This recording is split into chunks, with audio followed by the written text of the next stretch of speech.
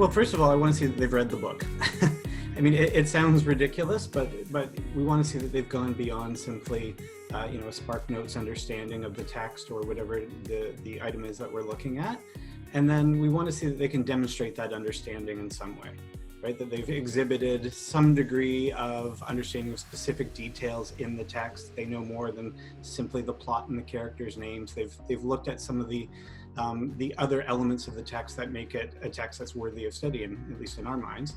And that they've put all that thought into an argument in some way. So, for sort of the journeyman level, as you referenced, it doesn't necessarily need to be the most outstanding thesis, but they have an argument that they're building towards that's beyond just a factual statement.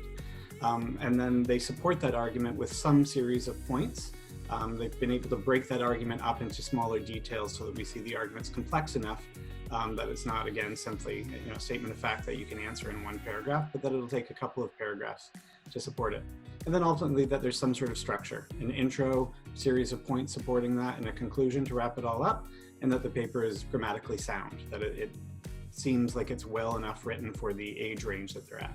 So to go beyond the foundation of a solid essay that Clay just described, we look for the fact that they picked up on details like subtlety in language use, word choice, syntax, the structure of the plot, and so on.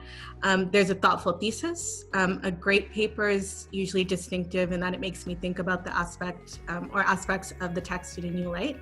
And while that might be rare in a high school paper, there should still be a nuanced argument presented, perhaps a unique line of analysis.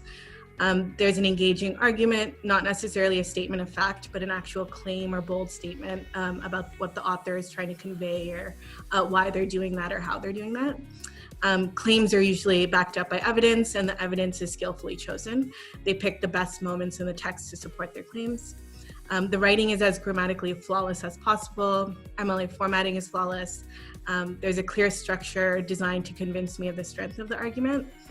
So that also speaks to kind of like a higher order thinking process and how they're presenting their argument and their own line of analysis. And that's consistent throughout the paper.